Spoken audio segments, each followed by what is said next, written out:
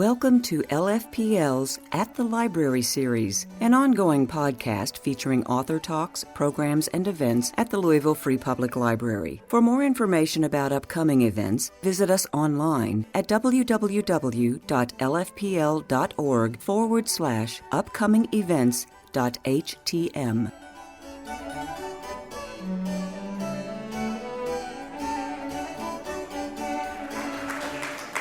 Hello and good evening. I'm Kate Weiss from Carmichael's Bookstore. Thank you all for coming out this evening. I would like to thank the Louisville Free Public Library and, of course, the Berry Center for partnering with us at Carmichael's to bring you this very special event this evening. A few brass tacks before I introduce the men you've come to hear tonight.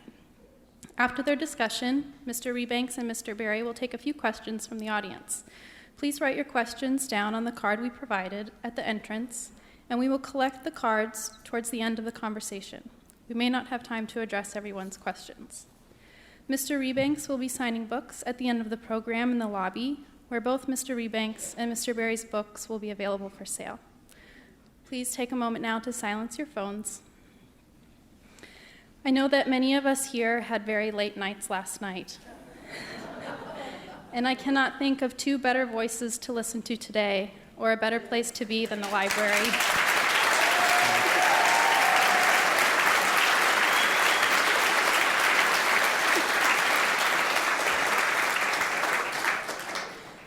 Both of these, very independent as I've learned, men have roots that run deep into the landscape of their homelands.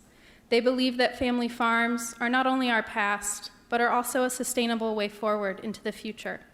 It's my deep pleasure to introduce to you shepherd, farmer, author, poet, and photographer James Rebanks, and Kentucky's own beloved farmer and writer, Wendell Berry.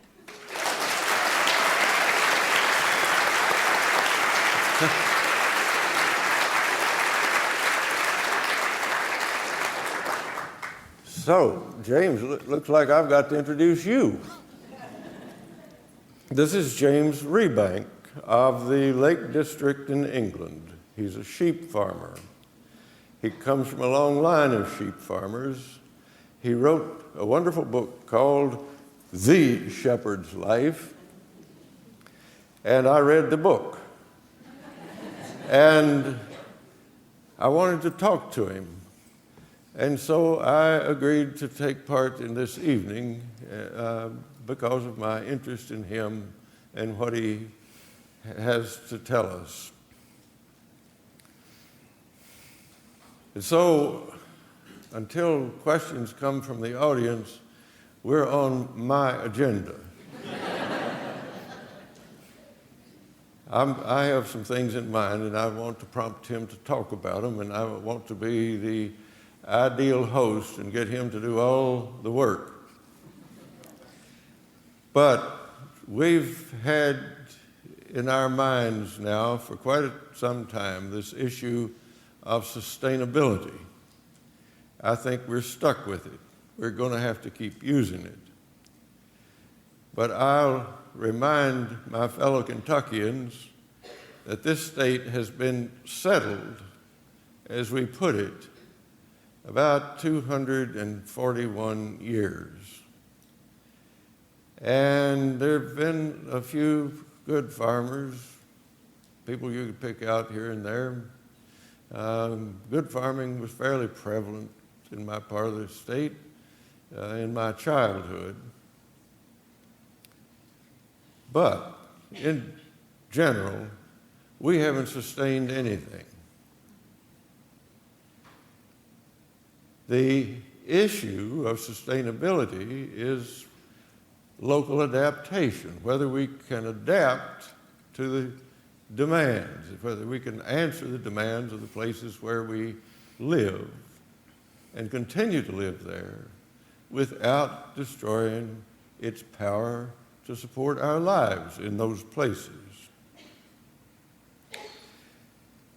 James Rebanks comes from a difficult landscape in northern England,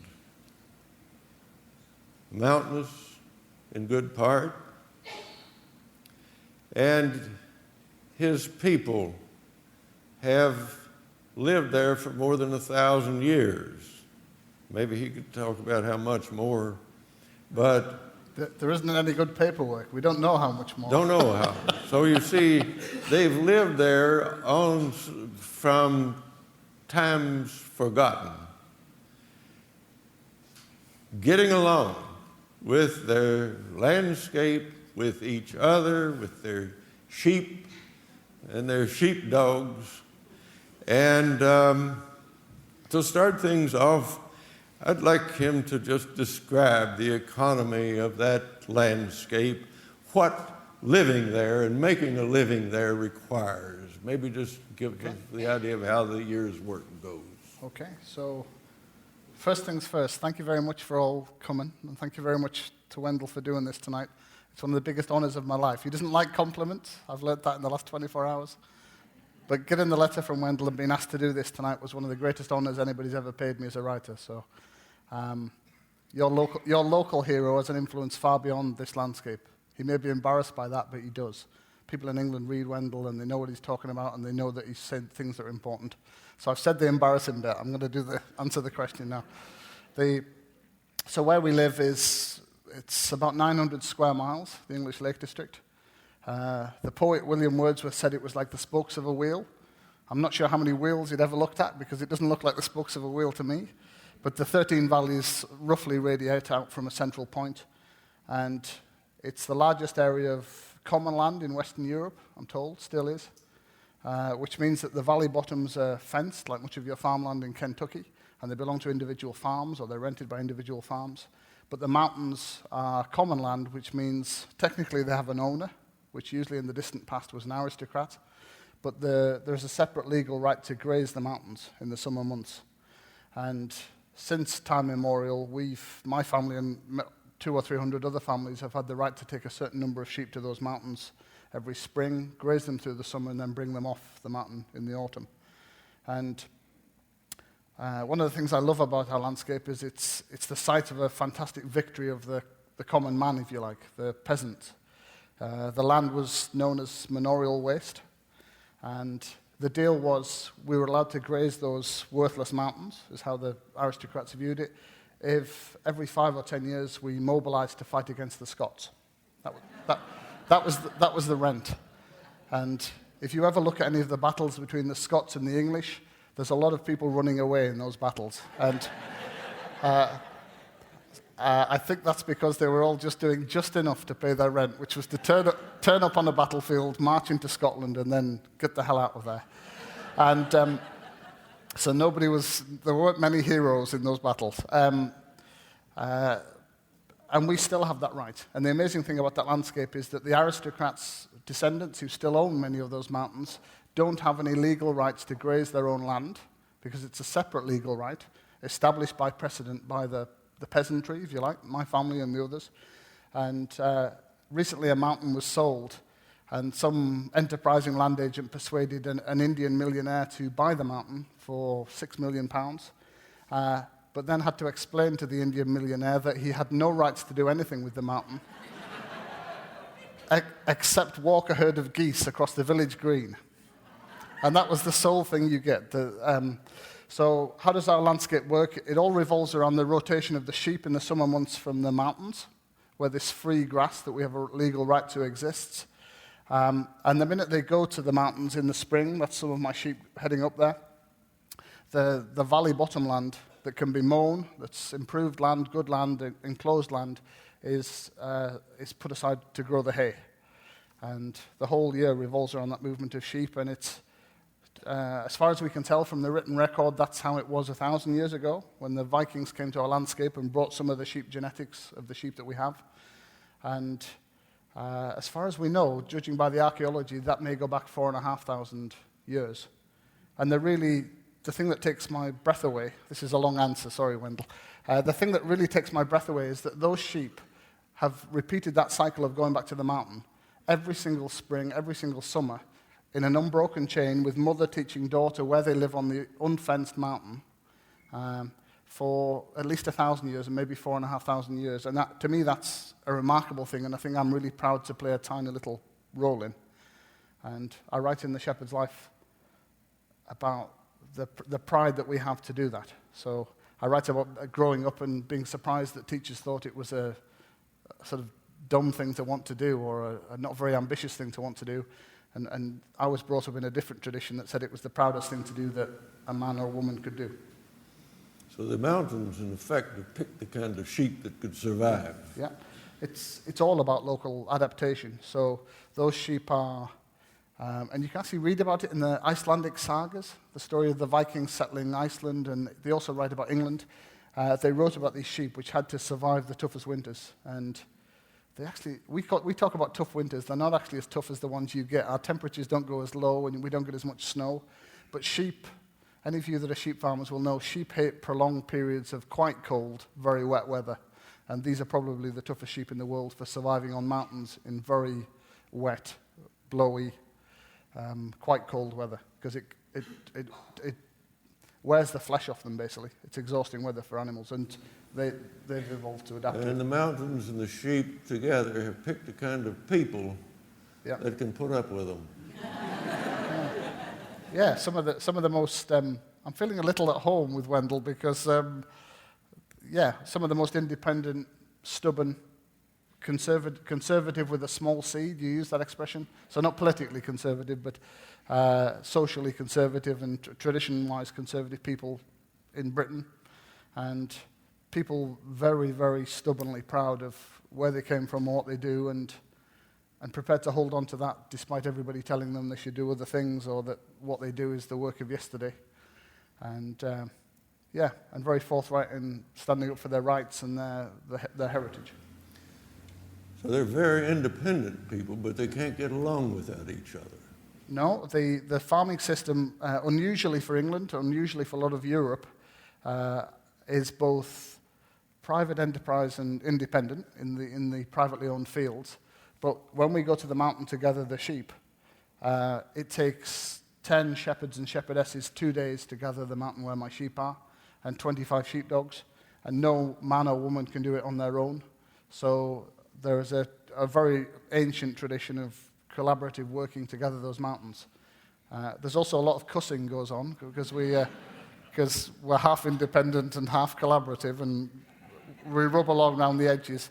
But you're absolutely right. It's a tradition which says we both, as shepherds in my landscape, we both belong in that place, but we owe each other respect, and we have to play by the same rules, and we have to work together. So the whole system of grazing mountains collaboratively relies upon trust and incredibly strong rules and ethics about your behavior. You say some very moving things about the community spirit of these people. Yeah. And I remember you talked especially about the great gathering for your grandfather's funeral, was it? Yeah, so my mother wasn't from this landscape. My mother is what we call an import. So she came from 2 hours down the road, which is considered another continent where I live. And she came in, but she was from industrial Lancashire. And she brought different ideas, and she brought a bookcase full of books, which we might get around to later. But when she first went to a funeral in our landscape, the funeral of an ordinary farmer, she thought she'd gone to like a state funeral or something because 400 or 500 people turned up, and they all turned up immaculately turned out with their black ties and their best clothes on and their polished shoes, and they stood in the rain. And she said, who was this guy? And my dad had to explain, no, that's normal where we live. You go to marriages, you go to christenings, you go to funerals, and you pay your respects, and then other people are expected to come to yours, and those things, that's just what we do. Now, you raised a very interesting question at one point. Can somebody who wasn't raised in this life learn to be a shepherd? And you entered yourself as a skeptic. Well, I did say I was a skeptic in a book, and then next thing I know, I'm sitting on a stage in Louisville, and a 24-year-old young lady who wasn't born from a farming background is looking after my sheep at home and making a spectacularly good job of it. So sometimes I think us old shepherds have to eat humble pie and accept that, of course, people are creative and they're smart, and you can learn to do all sorts of amazing things if you put your head to it. And Actually, she's teaching me something, which is there's a right and a wrong way to go about going to live and work in somebody else's landscape, and she's done it with her ears and her eyes open, and she's done it with a tremendous amount of respect, learning from the older shepherds and even from some of the middle-aged ones like me, and she's proving me wrong. But yes, I did grow up thinking it was something you were born into, not something you could learn. So you're a convincible kind of guy. skeptic. That's the only kind of skeptic you should be, isn't it? But you have an apprenticeship scheme to help people who want to learn. Yeah, so in our landscape, the individual farms are quite small, I think comparable to the ones that I've seen here in the last 24 hours. And often there isn't, in the old days there would have been several jobs on every farm for people to work. And there was a whole community in each valley of people that worked on the farms. But today the economics of that farming system are very constrained.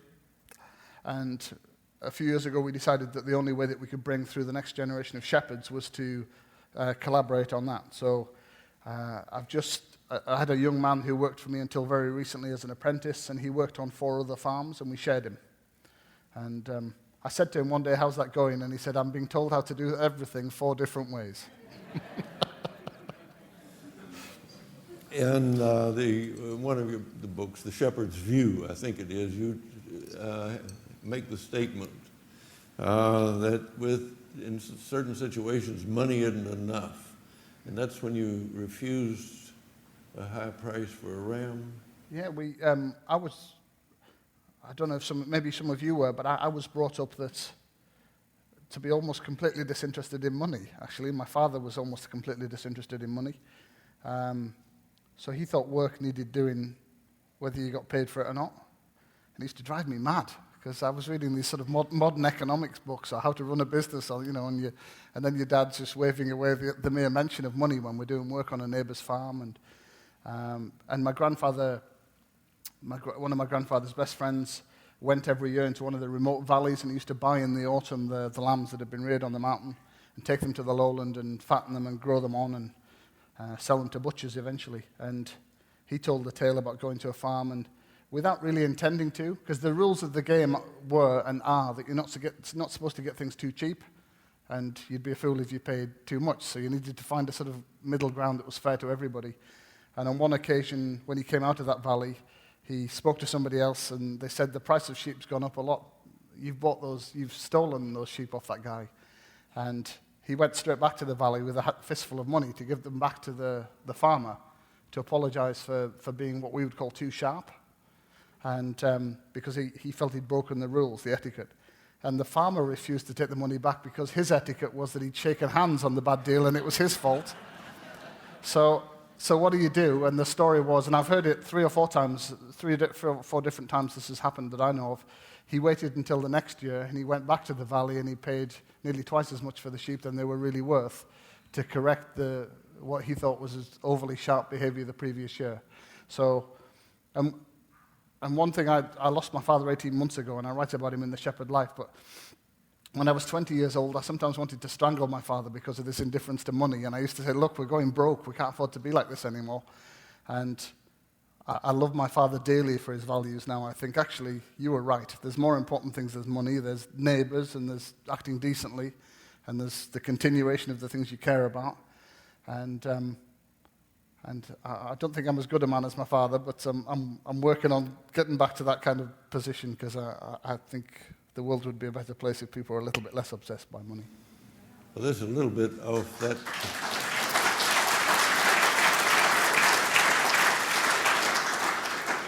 You did tell me about going to an auction, and somebody asked, you had your eye on a very good ram. Yeah. And somebody asked you, "Who's going to get that ram?" And you said, "I am."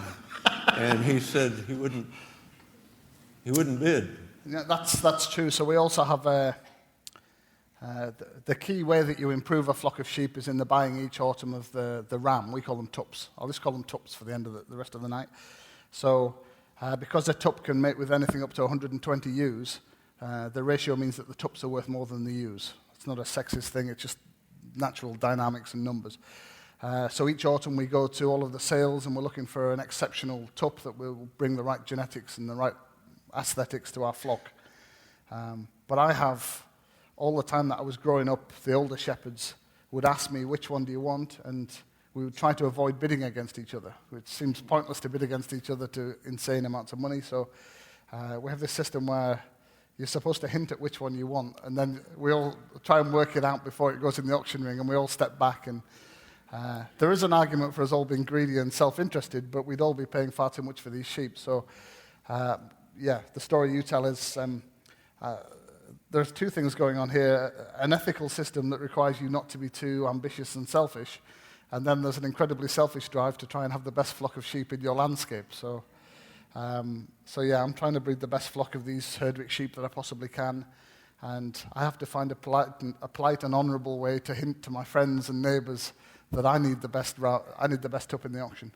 And you need to be Henry Kissinger to work out the diplomacy of that. Well, dividing them up ahead of time is pitting the community against the auctioneer, isn't it? Yeah, and actually it only takes a look across the ring. We have like a sort of weird sign language thing going on. I just have to look across the ring to one of my friends to stop them bidding, and the auctioneers hate that. In fact, the auctioneer's merrily trying to inflate the price of everything, and we'll give each other a look, and he'll be like, "Don't look at him! Stop it!" I don't know why the auctioneer's American. Yeah, I'm picking up your accent. I'm sorry. You say at one place that you look upon history as an advantage. Yeah. And maybe I should ask you how much you have your history and the history of your region on your mind as you think about your work. Well, you're remembering people. Yeah, you're right. So the truth is, I don't want to dwell on it too much, but when I'm away from home, I miss my father because he's technically dead. He is really dead. And when I'm away, I miss him. But when I'm at home, I don't miss him at all because I'm doing the same work that he did every morning, every midday, every evening. Every gate I look at, every fence I look at, he's still there. So, and it's the same with my grandfather, and it's the same with the other men that I grew up around working on the land. To me, they're still alive in that landscape, and it was a revelation to me when I read some of your writing about the same subject, and some of people like Barry Lopez writes about landscapes of memory and stories and the way that traditional communities do that. And I remember reading about the Inuit in one of Barry Lopez's books and thinking, yeah, that's how I was brought up to see this. So I don't think of the sheep as a commodity. I don't think really of what we do as a business. I think about it as a way of life and a tradition. And ever since I was a small boy, I was encouraged to think of being part of a tradition, and as if I'm just carrying a baton from the people that came before and handing it on to the people that come after. And I personally think that's a healthy thing. I know you've written about this extensively, but when you think that your people might have been in a place for 1,000 years, or maybe 4,000 or 5,000 years, and you hope that they'll be there another 1,000 years into the future, you have an enormous amount of emotion and feeling invested in that landscape, and you're going to care very greatly what happens on it. All right. What I wanted to get you to do was to say enough so that nobody could leave here and say, those shepherds up in the Lake District are very simple people who lead a very simple life. Well, can I tell you something funny? When I was growing up, I didn't really read the books about my own landscape. But when I started to, I found an amazing book, amazing old book, and it told me that 400 years ago, the men in the valleys where we lived counted the furrows in Latin.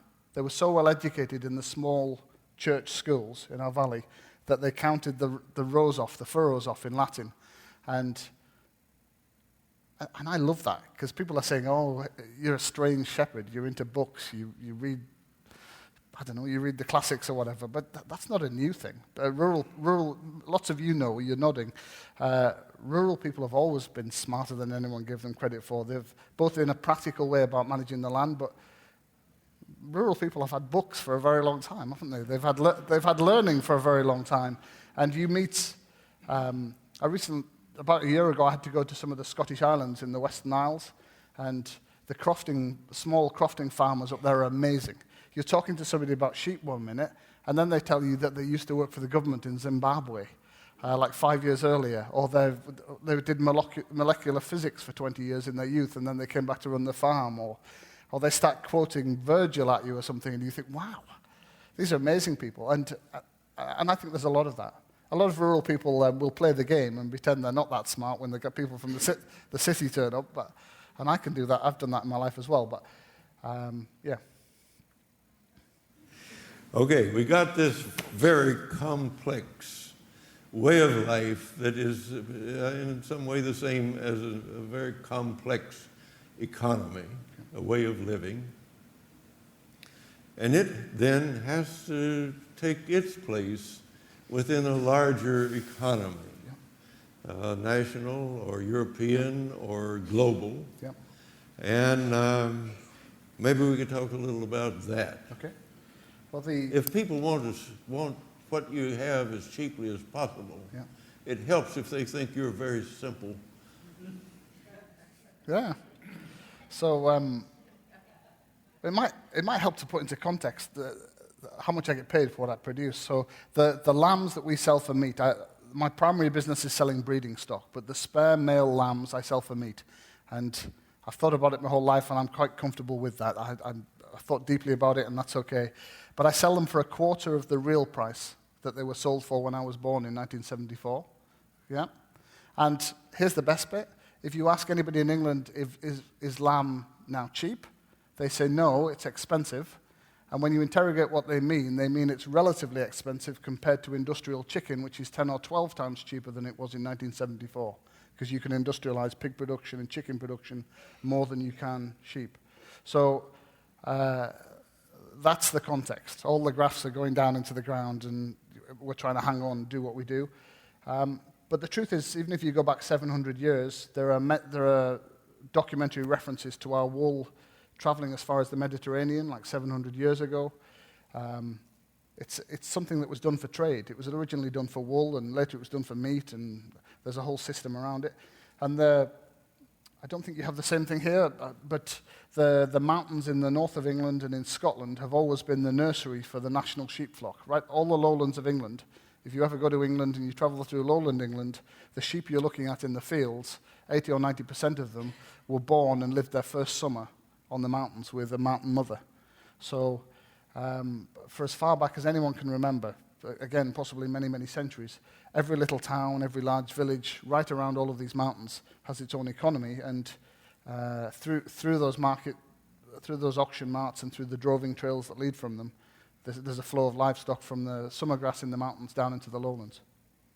And the truth is, you might have ideas about shepherds. So I did a book signing about a month after my book came out, and a young English lad, about 16 years old, was with his mother, and his mother said, this man's a shepherd, and he said, what, like in the Bible?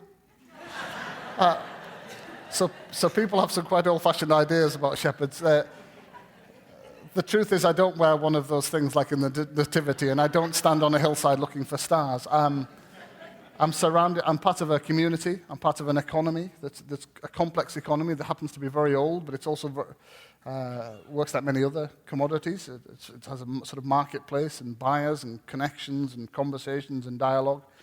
And yeah, we're inescapably part of the modern world. And I try very hard when I'm talking about the virtues of the past that I've inherited not to be too daydreamy about it. I don't think we should live in 1820. I want my children to have modern healthcare and good schools. But I think there are very important things passed down to me about how to manage the land and how to produce food locally in a sustainable way that I think would be really, really unwise to lose. Well, England needs the food. It doesn't feed itself at present. No. So it will eat the meat from the sheep and pay for it up to a point. It doesn't pay for the wool enough to pay the shearer to cut it off, same as with us here. I've used my wool for mulch. Yeah. I actually asked, she happened to be American, but I'm not making a point about America here. I asked an American lady at one of our shows how much she thought one of our fleeces was worth. So one of my friends clipped a sheep in front of the crowd. We lifted the wool off, we passed it round, and I just happened to land on this lady, and I said, how much do you think that fleece is worth? And she said, $3,000? And all of my friends thought, well, actually one of my friends behind me said, sell it to her. And we had to explain that it was really worth 60 cents.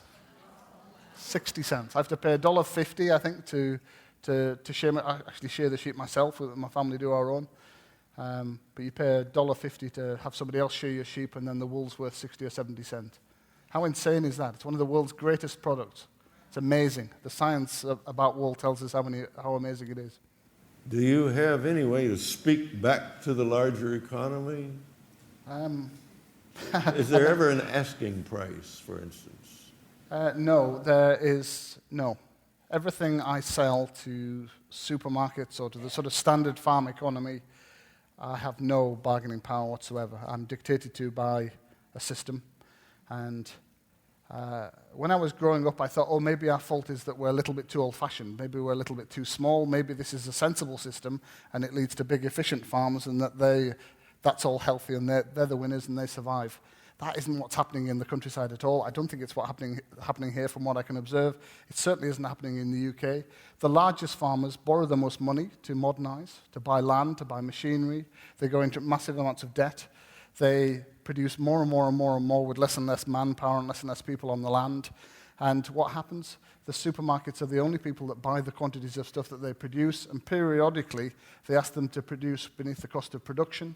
And many of those farmers go into millions of pounds worth of debt and go out of business faster than the small farmers who didn't bother to modernize in the first place. So most of my friends on small farms are looking at this, the whole thing, and saying, what is this? It's never cheap enough. It's never efficient enough. We're just getting screwed. And everybody I know who's smart, actually, I know two kinds of smart people. One kind of smart farmer who tries to play the game by the rules we're told, and they're falling like flies and being screwed out of business.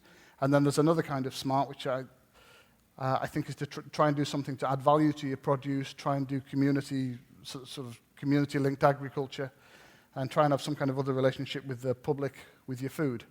And I don't know how it is here. There's a lot of amazing things happening like that in our landscape, but they're niche and they're very small, and they don't keep everybody on the land in business. And I think somehow we have to change the rules of the game. That's what I think. What interests me about your country, your economy, is that if people want to eat from this landscape, this is the only way to do it, this ancient, traditional, complex way. Yep. And it has to keep the people there who have the culture, who have the way. Yep. Wouldn't it be reasonable to suppose that somebody in power would say, we need to make sure that these people have a livelihood that will support them and keep them in place? Yeah, and there are people like that. So I don't usually pay politicians compliments, and this seems like a strange day to start. But we do actually have a local politician. I don't really care which party he's from, but he shows isn't from an agricultural background, but he spent 5 years spending a lot of time listening to farmers, going onto farms, and he is trying to defend what we do. If he was here, I would shake his hand and tell him I admired him. He's trying to do the right things, but the truth is nobody gives a damn in major politics. I hesitate to mention it, but if your election that you've just had is like the last one we had, nobody at the top of the tree in politics talks about politics. Nobody talks about sustainability on the land. Nobody is talking about changing any of this to put the power back into rural communities and to sustain them. Nobody's talking about that. And what are they talking about? They're talking about ever cheaper food. And I'm going to get slightly political, forgive me, but I'm sick of being told that cheap food is for poor people. It is not for poor people. I saw a statistic recently which is that the family that own Walmart own more wealth than the 42% of poorest Americans. And cheap food isn't about being for poor people. Some people are inescapably poor and have to take advantage of it, but that's not the same thing. It's part of a system that pays people too little money for their work, that devalues and de-skills their jobs. Yeah, People don't see the connection. They go to the supermarket and they're glad that they get the cheapest piece of meat they've ever seen in their life, and they ignore the fact that their children are being paid minimum wage to work in the store. And the proper jobs disappeared 15 years ago. I've seen this all of my life. I have to confess, about 4 years ago I started reading Wendell, and I was like, oh wow, he worked this out a long time ago. Well, hurrying on. You have another economy in your region. Yeah. You have the Lake District has about 912 square miles. Yep. It's fairly small. Yep. And it is visited annually by 17.5 million tourists. Yep. My grandfather thought they were like ants. He's like, on a sunny day, they come out of the holes and they're just everywhere, clogging everything up and irritating everybody. And he didn't really understand it. My grandfather was very old school. He thought land belonged to people, individual families. And the idea that the wider society had an ownership claim on our land because it was beautiful or historically important was an idea that hadn't filtered through to my grandfather. So he didn't really understand where these people came from. Context is everything. So 2 hours drive south of where we live is the birthplace of the Industrial Revolution in Lancashire, Manchester, those places. And just as all the dark satanic mills and the ugly stuff was starting, the first place in the world that it hits up against that's beautiful and special is our landscape. And people like William Wordsworth actually grew up in our landscape, and they formulate. It's an accident of geography, but they formulate the arguments that we all use now to protect things we care about. So he said, look, this, and I'm paraphrasing, but he said, this place is so beautiful that everybody with an eye to see or a heart to feel should have a form of ownership of this place. It should be a kind of national park. Being in Britain, we didn't then create national parks. We waited about 100 years till you showed us how to do it. And then we sort of copied you and we built them eventually. So I live in a national park. But it's a very different kind of national park to the ones you got because of John Muir and Roosevelt and others, in that yours tended to, if I've understood this correctly, tended to be about protecting the last vestiges of a wild America. Ours were, right from the start, were about protecting a cultural, man-made, historic landscape. And it means that they're very different creatures. And our national parks don't belong to the state. Somebody once said to me, they're neither national or parks. Which is sort of true. Large parts of them belong to private farmers, continuing to farm and live the traditional way that they did. And their establishment was a kind of post-Second World War social contract in which the rest of society said, we recognize that what this is beautiful and it should belong to everybody, but we also recognize that it belongs to you and you have your own traditions and economy within it. And we're going to try and keep those things going. And for 200 years, it's been one of the most visited places in England, in Europe. And for all of that time, it's been one of the most written about places in Europe. And I only realized this when I got into my 20s, because when I was growing up, I just thought it was a landscape of shepherds and sheep, and I saw it all through my father and grandfather's eyes. But when I got into my 20s and started to educate myself and read the books, I realized that it had a whole other layer of meaning to other people, created by poets and artists and painters, that said and did beautiful things. But I also read those books and thought, where are we? Where are we in that? And one of the motivations for writing my book was to try and, in a small way, in a small book, was to try and put us back into the story of that landscape. And it's an amazing place. We have over 17 million people visit a landscape managed by 200 or 300 farming families. And they spend well over £2 billion a year. And every time anybody asks them in a survey why they visit that landscape, they say they love the historic landscape character and the beauty. But we haven't quite connected the two things up properly yet, so that the tourism economy sustains the people that live in the landscape. And when I was young, I was very anti-tourism. So I thought, I inherited my grandfather's worldview. I thought, who are these people coming to it? By the way, put your hand up if you've ever been to the English Lake District. Ah, okay. I've got to tell you, New Yorkers go to the Lake District a lot more than Kentuckians. But when I was young, I just had his worldview. I've actually changed my mind. I think there are problems with that many people coming to such a small place, and there's issues of displacement and gentrification and those things. But actually, if I'm to survive into the future, I need to deal with those people coming to our landscape, and I want to persuade them to see us in it and to value what we do. And frankly, I need them to go into restaurants and ask to eat the lamb that I produce and possibly to visit the farms that we're on. And I've come to think that whilst I'll never entirely love the tourism in our landscape, it can be shaped and changed and influenced to help us to survive. So there is some advantage to the local people in the tourists. Yeah, more than half of the jobs in our landscape, particularly in the 3 towns where 43,000 people live, more than half of the jobs are tourism jobs. And perhaps it's worth saying, there's a very lively debate about my landscape that says maybe we don't need to be in it. So in England, there are very, very few wild places. There's a very understandable desire to create more wild places in the UK. And to some people, the obvious place to do that is in the mountains where people are struggling to make a living from farming.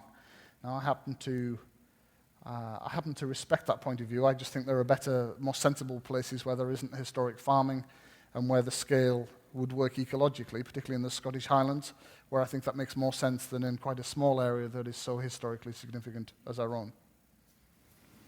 I wanted to get around to that, this idea of rewilding the Lake District and the National Trust coming in and bidding against farmers. Yeah. Well, you commented to the New York Times about this. Yeah, I did. I should be the biggest fan in the world of the National Trust. Because of Beatrix Potter and other people like that who had a lot of money, they left land, they left farms to an organization we have called the National Trust, which is there to conserve that landscape with very, very clear, unmistakably clear instructions that they were doing so to preserve a lived-in, working, farming, small farming landscape, because that was in the public good.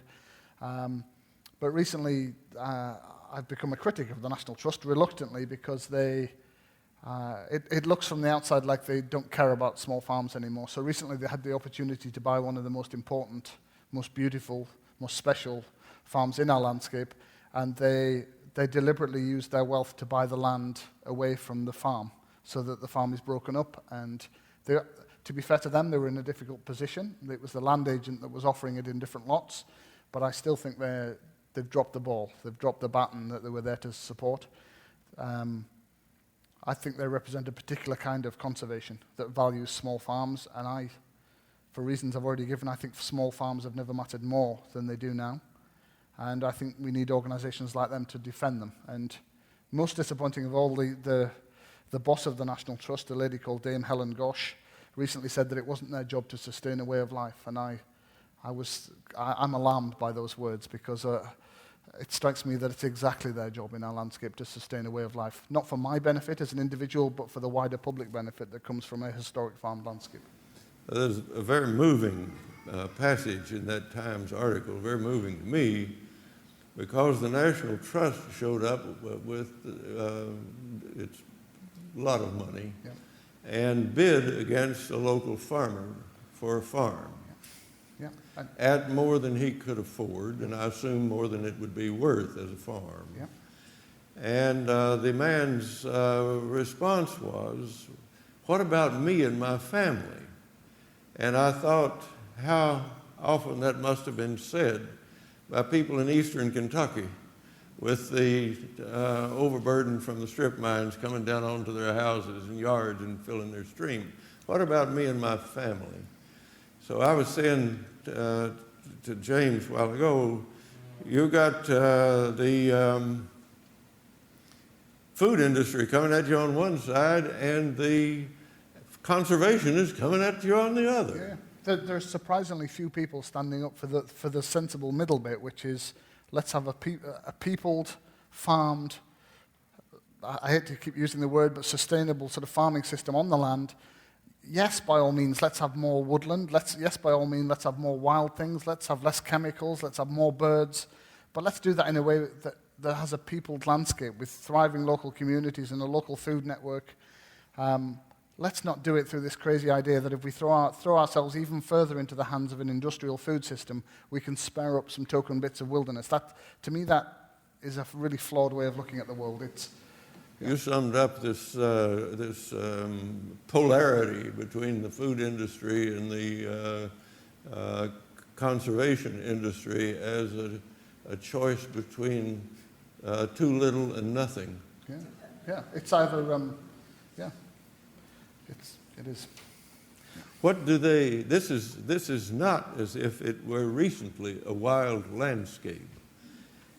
This is an ancient, populated landscape, economic landscape from ancient times. Does anybody know what the wild version of these hills would be?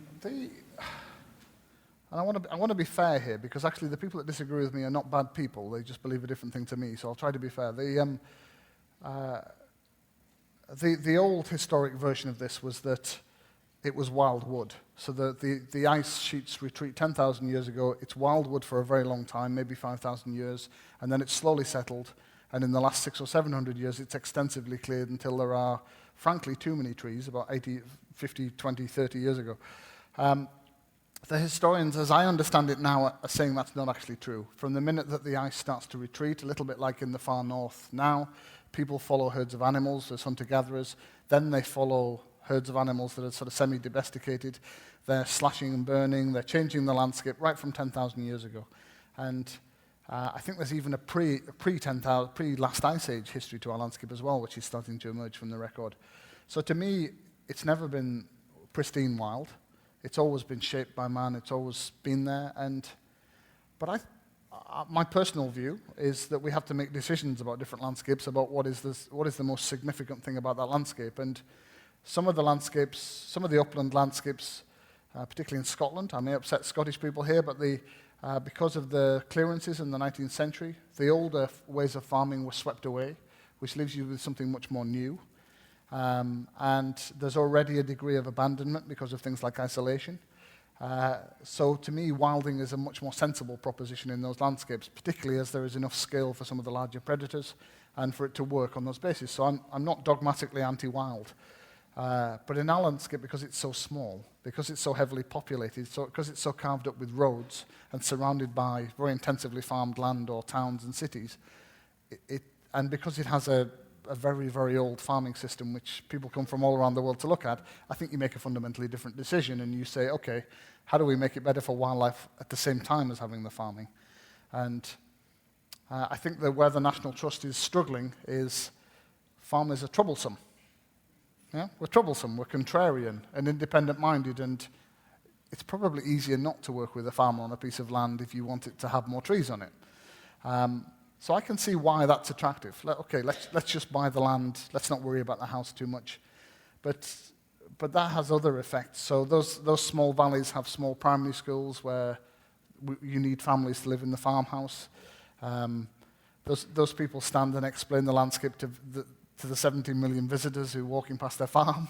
They have many, many social and economic functions, and I care passionately about the people in that landscape. And so I'm trying not to be too critical of the National Trust. I'm trying to persuade them of the error of their ways and to be the champions of small farms that they should be.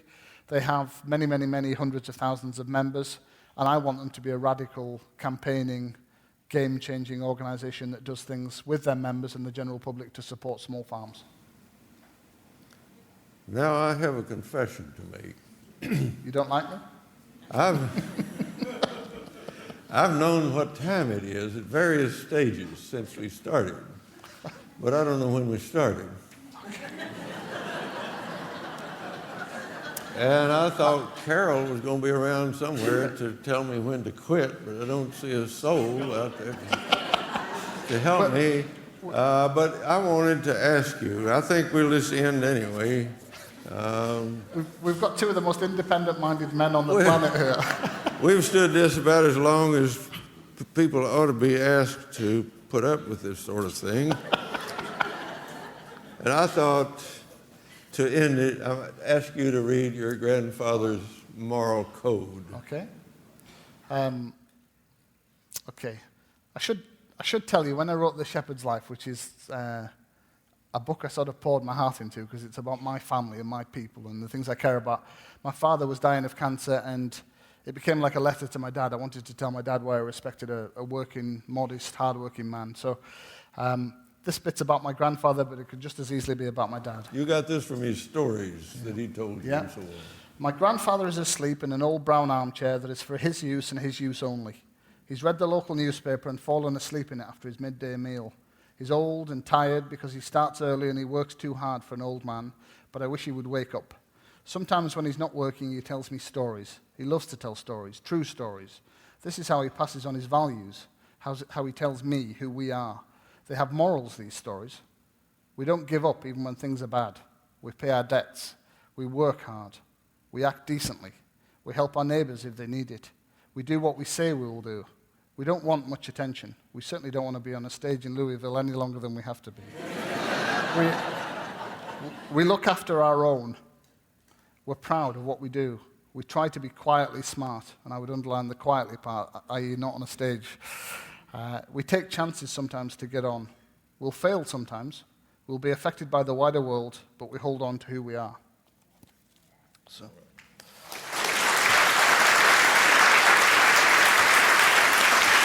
I don't know what you're doing now. Sit here and wait.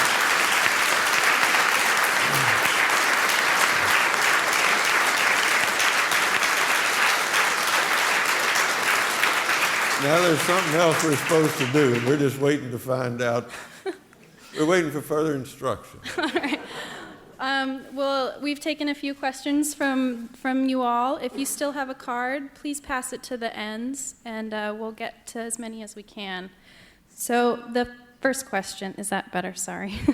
The first question, Mr. Rebanks, so you've been to Mr. Berry's farm. How is it different and how is it similar to your own farm? It was the same. Well, the truth is, when I got to Wendell and Tanya's, Wendell was a famous writer to me, and I use the word in an embarrassing way, but like a hero. And it took me about an hour, and then Wendell became a farmer. And then once I got to that stage, I was okay, and we've been farmer friends ever since. Enough of the adulation, we just became farmer friends. And so the thing that's very, very familiar is a family surrounded by the wider family with a deep, deep, deep love of place and a love of each other and a pride in each other and what they do. So that felt very, very familiar, and it made me very homesick, actually, in a good way. I'm looking forward to going back to my family and my place and doing the same things you did. He saw my dogs, and it made him miss his dogs. Yeah. Yeah. Isn't that the cutest dog in the world? How is it different? There are a few things that are different, actually. Where I'm so used to a landscape that doesn't change that the American farmed landscape is really amazing to me. So people show me hillsides and they say, that was a sheep pasture in my grandfather's day and now it's a wood, or this has changed, or that's changed. And it's much more fluid and evolving and changing. So I'm not really used to that. Nothing about my farm looks different to how it was when my grandfather was on it. It's literally that consistent. And I think you could go back several generations further and everybody would understand it as exactly what it is. So that's very different. And I said a nice thing about the similarities. The other similarity I see is a farmed landscape full of good people trying their best, struggling. I think that's fair to say.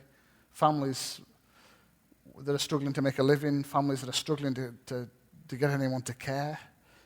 And good people trying to do things about that. We don't want to all be miserable and drag your mood down, but I can see a lot of similarities there, that we're part of a global food system, we're part of a shared body of ideas from politicians and others that says small farmers don't matter. And that's very familiar too. And I spent the 24 hours feeling like we're fellow farmers in the same situation. In the face of the struggles you've touched on, market prices, failed farm modernization, what is it specifically or in general that gives you hope? The truth is, when I wrote the book, I didn't have any hope. Let me tell you the absolute truth. I thought people were hypocrites. Okay, forgive me for this. This is what I thought. I thought you fill rooms of people like this and you ask them if they care where their food comes from, and all their hands go up and they all nod and say they care. And then tomorrow they'll go to the supermarket and buy the cheapest thing on the shelf, and whether they care or not, they destroy it. That's what I thought. And I've changed I'm a skeptic that can be convinced. You're absolutely right, Wendell. The last 18 months, I've met so many people and spoke to them in some depth and listened to how much they care. And I don't think people are hypocrites at all, actually. I think people really do care as much as they say they do. They're just struggling to create systems that enables them to buy from the small farmer. So you're going into shops, you're really busy, aren't you? You've got a set amount of money, you feel like you're more hard up than you were 10 years ago, and it's not going how you thought it was going to go, and you've got 3 kids or 3 grandkids running around, and you're in a hurry, and the supermarket says, look, it's there, it's easy, and it's cheap. So people are picking it up. I think the thing that gives me hope is looking out at all of you who can change this. If you all start shopping differently, and God forbid, voting differently, we can change things. I genuinely believe people can change things, and I have a very idealistic, romantic view of writing as well, which is that people like Wendell write books, people like me, as 5 years ago, read those books, and I want to do something different because of some words that a complete stranger wrote, and I'm just passing that on a little bit through my books, but I have faith in that. I think ideas change, people change, the world can be better as well as worse. I absolutely believe in that. I'm a hopeful, optimistic person. I don't know. I think you should answer this question as well, Wendell. Well, I would just say that I would back out of the optimism, right, but I wouldn't back out of the hopefulness. I think you have to make hope. Optimism is just really a bad kind of faith, as far as I'm concerned. and optimists never have good surprises.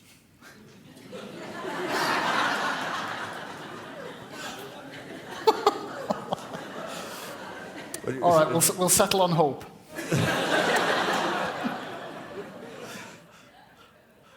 How do you create balance in your farming and family life?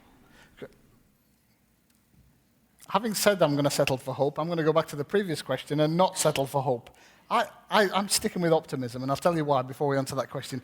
I've been really, really lucky in the last 5 years to go to places in Italy, places in Spain, places in France, where the government gives a damn, and local people give a damn, and they cultivate and encourage a food culture which values local, which values slowly produced, which values skills, which values a peopled landscape. And they're not just hanging on, they're doing quite nicely in some of those landscapes. So with the greatest respect in the world to one of my new best friends, I'm sticking with optimism, okay? Go on, what was the other question? How do you balance your work and family life? Unlike a lot of people in the modern world, I'm really lucky in that my work is where my kids are. So my kids come home from school, and I'm like a field away. So I can come back to the house, I can have something to eat with them, I can ask them how they did their stuff at school. So I see a lot of my kids all the time, so that helps. I'm also very lucky in that I have a wife who's got way more brains and common sense than I have, so she imposes rules. So between sort of 5 o'clock in the evening or 6 o'clock when I finish my farm work, in winter anyway, she would make me spend time with the kids and being a normal human being until about 8 o'clock in the evening and read them a story and do dad things. And then after they've gone to bed, I'm allowed to go to my office and read books or write a book. So we try to strike a balance, but really it's my wife imposing rules. Have you noticed climate change in your work? I feel like we should both be answering these questions, but I'll go first, Wendell. Last December we had the worst floods we've ever had in our landscape. And to be fair to the National Trust, that's one of the things that's guiding their decision-making. They're saying, whoa, hang on a minute, we're having to cope with rainfall that we think we've never seen before. And that might mean changes on the land. And I'm not actually against that conversation. But there is a mark on the bridge in the city at the bottom of the water catchment where we live in Carlisle. And since 1820 to 2005, the water never rose above a certain level. In 2005, it went half a meter above that level.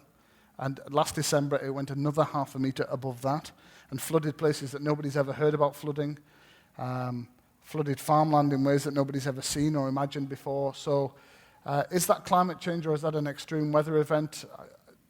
in isolation, it's an extreme weather event, but we've had a lot of those things happen. And we have more warm and wet weather, which is, I think, what climate change scientists predict for our landscape. So I'm not a climate change scientist.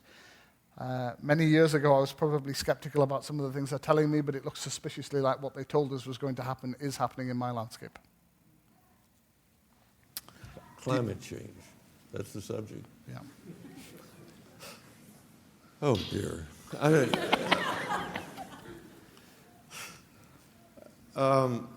I will just say that I'm a little skeptical about this tendency that seems to be increasing to attribute every bit of unusual weather to climate change. I don't know whether I don't know whether the scientists, I'm not a scientist. The only right I have to talk about science is skepticism of science.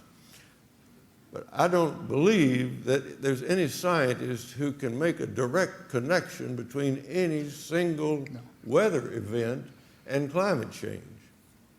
We've had extreme weather in my part of the country all my life.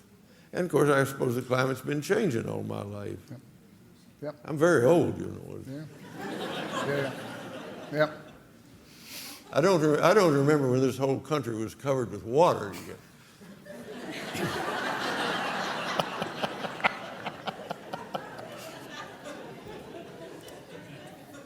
I've only been here a week. How could I remember that? It has gone bad in the week that I've been here, but not that bad. Well, that's all the questions we have time for this evening. On behalf of all of us, I just want to say thank you so much. Thank you.